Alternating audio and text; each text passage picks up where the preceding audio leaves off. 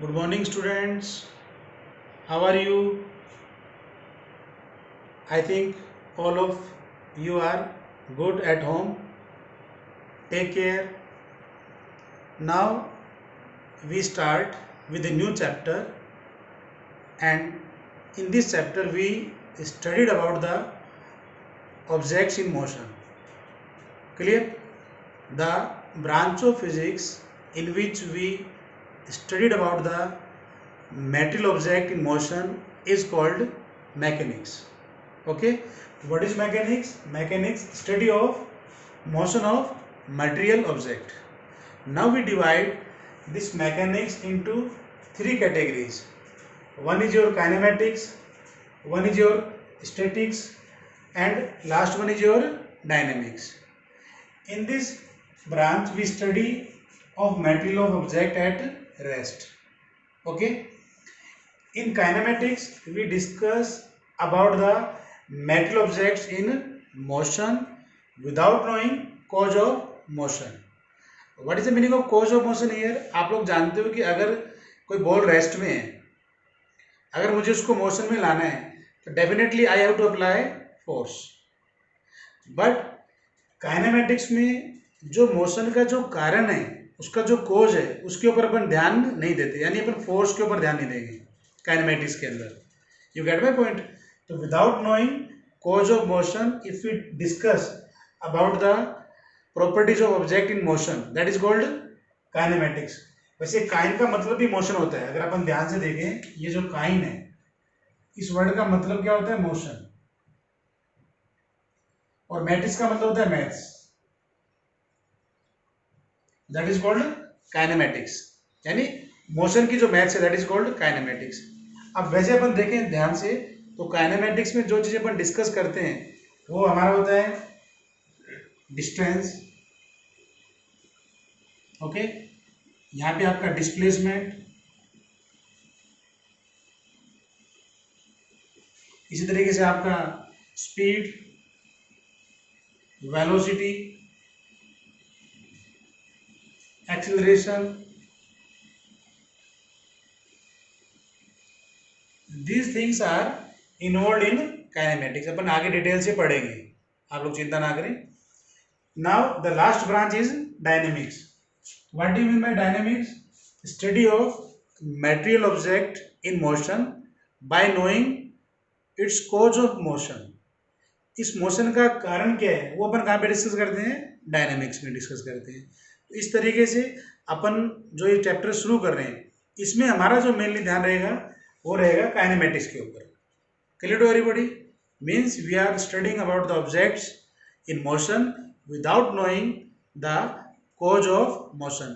किस मोशन का कारण क्या है उसको बिना जाने अपन मोशन को स्टडी करेंगे. That is called kinematics. Now we discuss about the simple point, that is rest and motion. कुछ चीज़ें आपने नाइन्थ में पढ़ रखी हैं, नहीं पढ़ रखी तो एक बार फिर से ध्यान दे दीजिए आप लोग कि what do mean by rest and motion. What do you mean by rest? Means when an object doesn't changes its position with respect to time and surrounding, then it is said to be in rest. Okay? Clear to everybody? Now what do you mean by motion?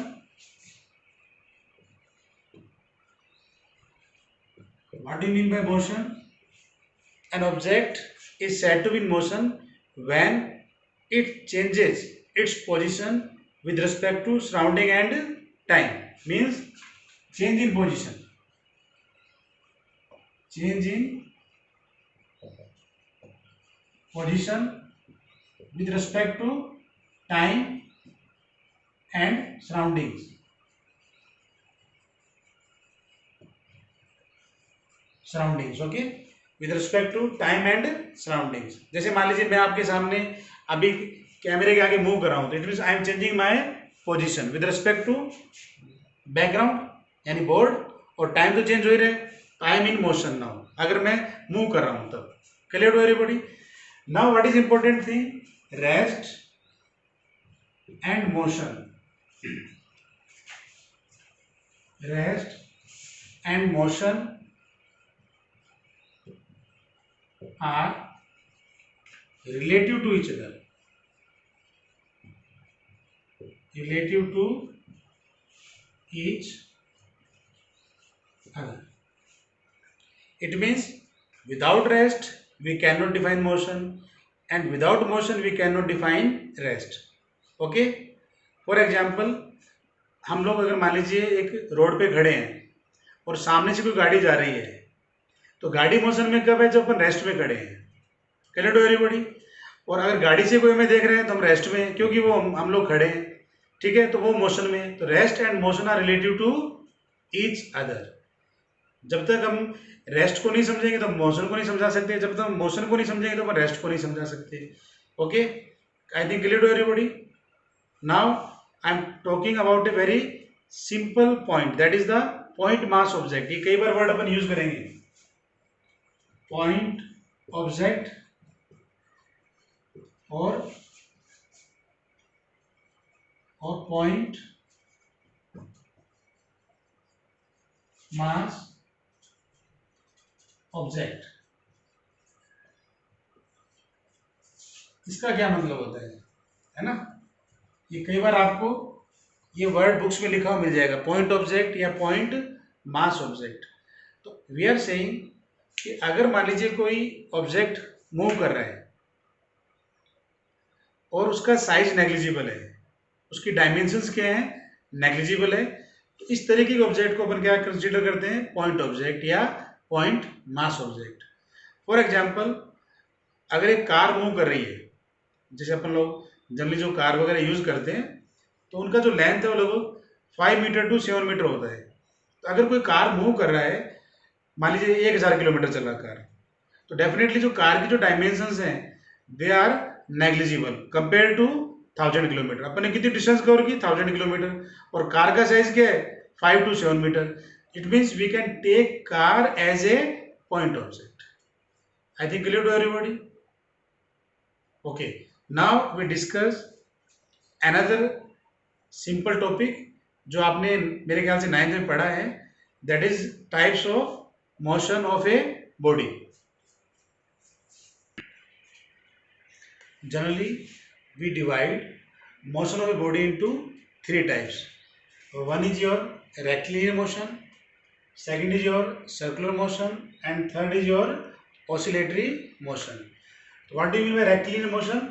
When object move in a straight line. Okay, when point object move in straight line.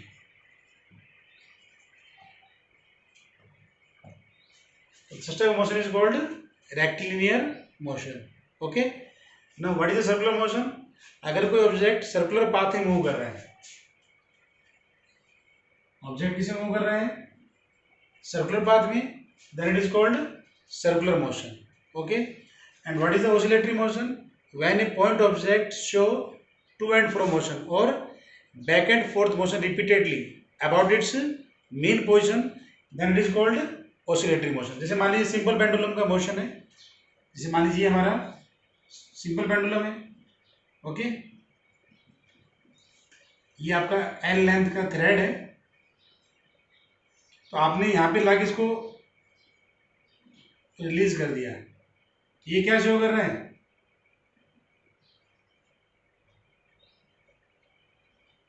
It's showing oscillatory motion. Okay, ये जो position है, जो आपकी centre की position है, जहां पे अपन इसको रेस्ट में मानते हैं शुरू में, that is called mean position. Okay, तो व्हेन एन ऑब्जेक्ट, जैसे मान लो मैंने यहाँ इसको यहाँ पे ए पे लाके छोड़ा, तो कहाँ पे जाएगा? बी पे, वापस कहाँ पे आएगा? ए पे। तो लगातार अपने आप को क्या कर रहा है? Repeat about its mean position in a fixed interval of time. तो such type of motion is called oscillatory motion. Again I am repeating, when an object shows to and fro or back and forth motion repeatedly about its mean position, then such type of about its mean position repeatedly means after a regular interval of time, then such type of motion is called oscillatory motion. I think clear to everybody? Now we discuss a point frame of reference. Now we discuss the topic frame of reference. अब मान लीजिए अपने को किसी object की position को show करना है जब वो मोशन के अंदर है, तो we need a frame of reference. Clear to everybody? For example, अब मान लीजिए अपन क्लासरूम के अंदर बैठे हैं और मैं आपको पढ़ा रहा हूँ, तो we all are in rest. अगर मान लीजिए मैं आपको बैठ के पढ़ा रहा हूँ चेयर के ऊपर, तो we all are in rest. Okay, आप देख रहे हो कि सर की पोजीशन चेंज नहीं हो रही है। बट सपोज अगर कोई पर्सन हमें मून से देख रहे हैं, I am teaching all of you in classroom, और कोई अपने को मून से देख रहे हैं, तो उसके लिए हम किस में आ गए? मोशन के अंदर, क्योंकि अर्थ रोटेट कर रही है। तो यहाँ पे सिर्फ क्या चेंज हुआ? ऑब्जर्वर की पोजीशन चेंज हुई। पहले ऑब्जर्वर कौन था? आप लोग थे, आप लोग मुझे देख रहे थे पढ़ाते हुए, ठीक है। लेकिन जैसे ऑब्जर्वर की पोजीशन चेंज हुई, तो हमारा जो रेस्ट की पोजीशन किस में कन्वर्ट होगी? मोशन के अंदर। इसी तरीके से ये जो वर्ड फ्रेम ऑफ रेफरेंस है, ये बहुत ही इंपॉर्टेंट है कि अगर हमें किसी मोशन में कोई अगर पॉइंट ऑब्जेक्ट है, उसकी पोजीशन को अगर हमें स्पेसिफाई करना है विद रिस्पेक्ट टू ऑब्जर्वर, तो we need a system of axes. Okay, and this system of axes with observer is called frame of reference. Generally जो हम फ्रेम ऑफ रेफरेंस यूज करते हैं, that is rectangular coordinate system, जिसके अंदर आपके 3 axes होते हैं, X, Y and Z. There are 3 axes, X, Y and Z. और यहाँ पे जहाँ पे जो आपका इंटरसेक्शन पॉइंट है, यहाँ पे क्या होता है? आपका ऑब्जर्वर। ऑब्जर्वर विद क्लॉक, ये ध्यान रखना इस बात का। ऑब्जर्वर किसके साथ बैठा है? क्लॉक के साथ में, क्योंकि जैसे ही आपने मोशन शुरू किया तो क्लॉक को क्या कर देगा? ऑन कर देगा। तो फ्रेम ऑफ रेफरेंस, दोबारा से देखिए, frame of reference is set of axes with observer having clock in his hand. Observer के पास में क्या है? घड़ी है, तभी तो मोशन देखेगा ना। अपने बोला था an object is said to be in motion when its position changes with respect to time and surrounding. तो we need observer with clock. Very simple, बाकी ज्यादा इसमें वो नहीं सोचना है। मैं आपको खाली फ्रेम ऑफ रेफरेंस का मीनिंग समझाने की कोशिश कर रहा हूँ। ओके, तो जैसे यहाँ पे अपन ने देखा कि मान लीजिए मैंने पी पॉइंट पे पार्टिकल है आपका, तो यहाँ पे अपन देखें इसके कोऑर्डिनेट्स क्या हो सकते हैं? अगर आप देखें ओपी के, एक्स, वाई और जेड। तो these are the coordinates of a particle placed at point P. Clear? आप लोगों ने 10th क्लास में जो ग्राफ बनाए थे, उसमें भी आप लोग क्या, जब पॉइंट वहां पे लगाते हो आप लोग ग्राफ के अंदर, तो क्या शो करते हो? उसकी पोजीशन। Clear to everybody?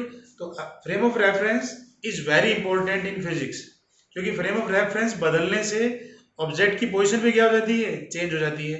एक और एग्जांपल देखिए, अच्छा सा एग्जांपल है। जैसे मान लीजिए मूविंग ट्रेन है, मूविंग ट्रेन के डिब्बे के अंदर मान लीजिए पैसेंजर्स बैठे हैं, तो जो पैसेंजर आमने सामने बैठे हैं वो तो किसके अंदर है? रेस्ट के अंदर है। बट अगर उन्हीं पैसेंजर्स को कोई प्लेटफॉर्म से देख रहा है मूविंग ट्रेन के अंदर, तो दे आर इन मोशन। तो that's why frame of reference is very important to describe position of object. Clear to everybody? Now this frame of reference is of 2 types. One is your inertial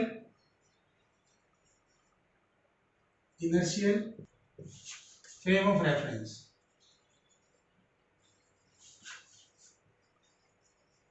One is your inertial frame of reference. Okay? तो जो inertial frame of reference है, इसका मतलब क्या होगा? कि जिसमें Newton's first law follow होता है। Okay, inertial frame of reference में क्या होता है? Newton's first law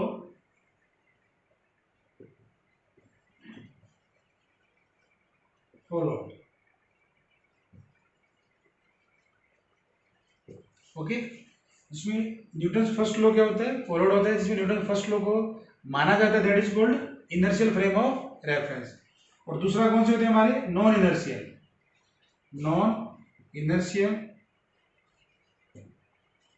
inertial frame of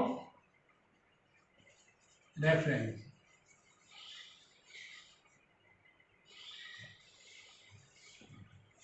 non inertial frame of reference क्या होते हैं?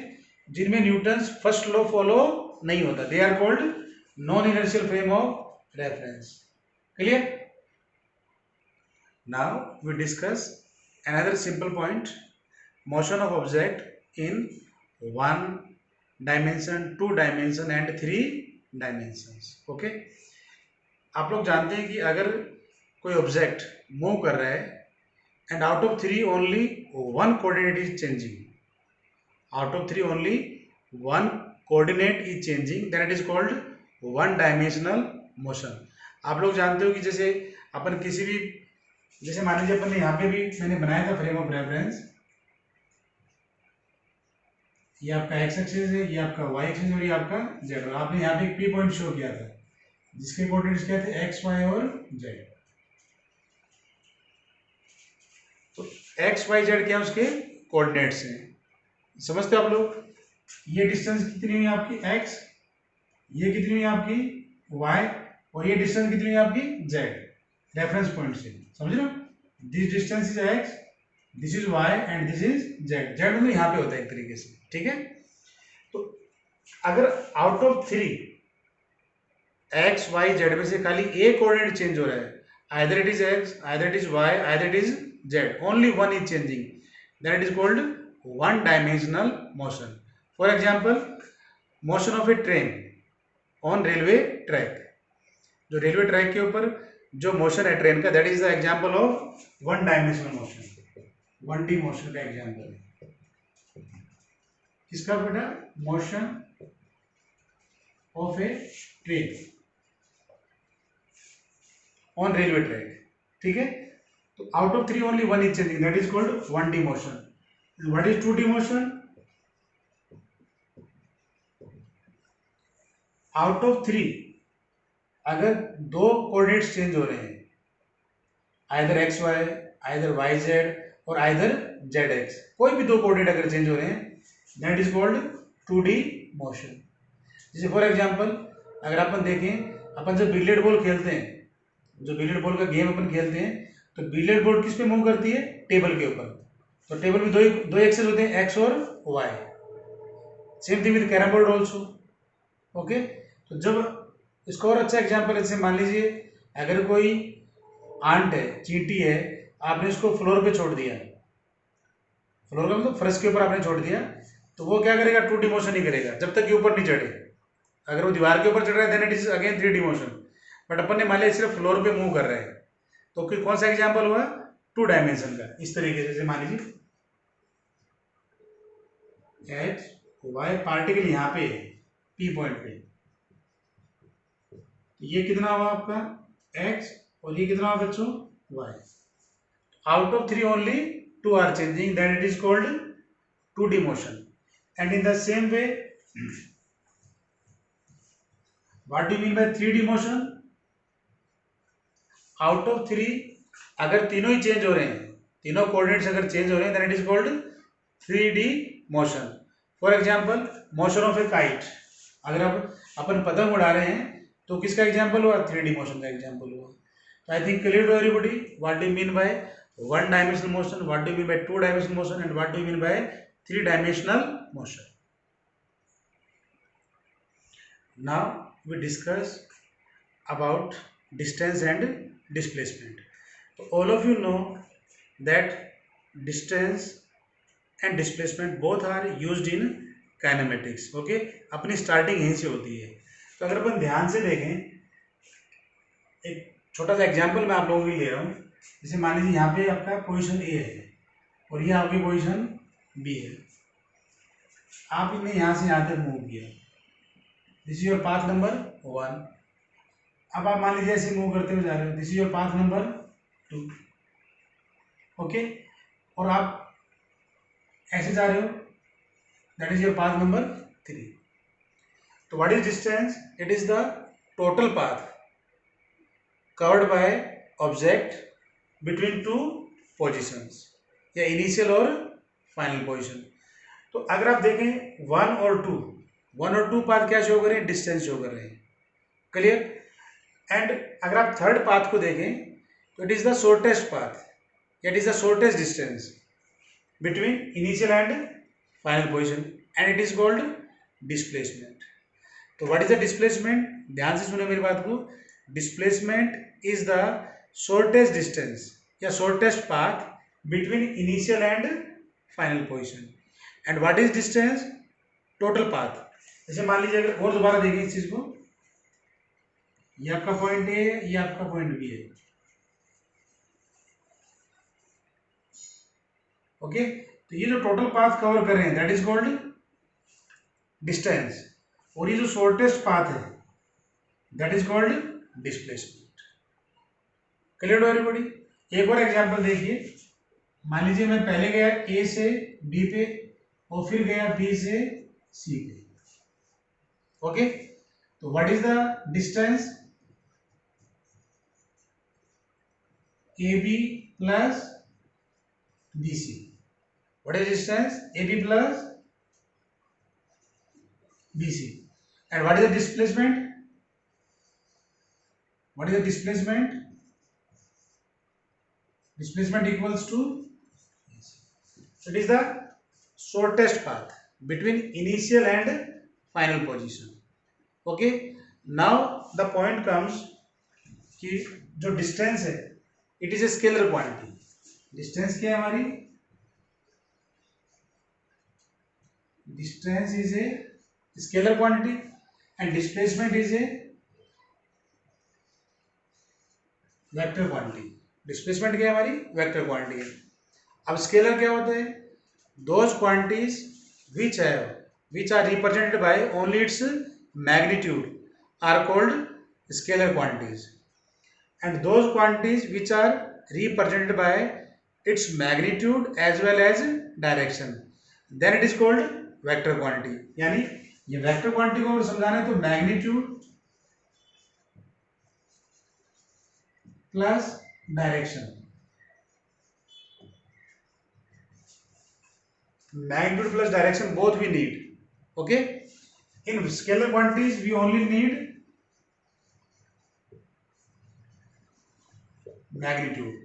बाकी इसको अपन अलग से डिटेल में पढ़ेंगे. स्केलर, वेक्टर, स्केलर की प्रॉपर्टीज, वेक्टर की प्रॉपर्टीज का एडिशन, सब्ट्रैक्शन, मल्टीप्लिकेशन अपन अलग से डिस्कस करेंगे. अभी हम लोग इस पे ज़्यादा फोकस नहीं करेंगे. अभी तो खाली आपको इतना समझना है कि स्केलर क्वांटिटीज क्या होती हैं और वेक्टर क्वांटिटीज क्या होती हैं. तो वेक्टर क्वांटिटीज में अपन क्या करते हैं? मैग्नीट्यूड के साथ में डायरेक्शन ऐड कर देते हैं. इस तरीके से displacement is a vector quantity and distance is a scalar quantity. Now I am giving a very simple example. Give difference between distance and displacement. Okay,